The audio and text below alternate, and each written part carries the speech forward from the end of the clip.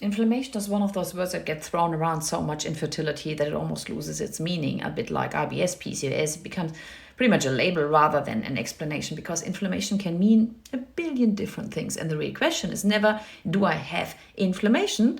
It's actually where it's coming from. And when we talk about fertility, chronic inflammation is a problem because it makes your body feel unsafe. And when your body doesn't feel safe, reproduction is simply not its priority. Now, where does inflammation actually come from? It's often a combination of what you're eating, how stressed you are, how you're moving your body, and yes, your environment. And the bad news is that we can't control those environmental factors frequently. I can't control what the factory down the road is blowing into the air. And yes, that matters more than actually everyone likes to admit.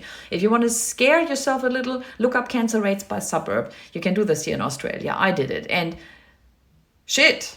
But the unfortunate truth is, I can't change this. I can move if I want to, obviously, but I can't change it because they do whatever they need to do. Things are out of our control. So let's focus on the things we actually can control. Now, if you're chronically stressed, your nervous system is constantly switched on, and then your immune system is also activated. And then inflammation follows.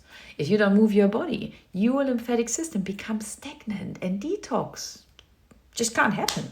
And then the inflammatory waste quite literally stay stuck in your body. And if you also keep eating foods your body clearly doesn't tolerate, you will create inflammation. Full stop. It's not about blaming, it's just creating an awareness.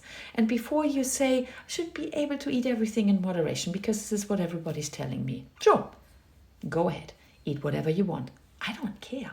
But if you're bloated all the time, you're covered in pimples, you're constipated, you have diarrhea, you're exhausted, losing hair, you're feeling awful in your body, then your body is speaking to you very clearly. And if you choose not to listen, that's your choice, and that's fine. It's your body, your life. I'm just a messenger here. Does inflammation guarantee infertility? Of course not, it doesn't. Bodies are complex. Some bodies handle inflammatory load much better than others. And the younger you are, the more resilient you usually are. But the older you get, the more things actually matter. And if your goal is not just to get pregnant, but to stay pregnant, reducing unnecessary inflammatory load becomes a non-negotiable.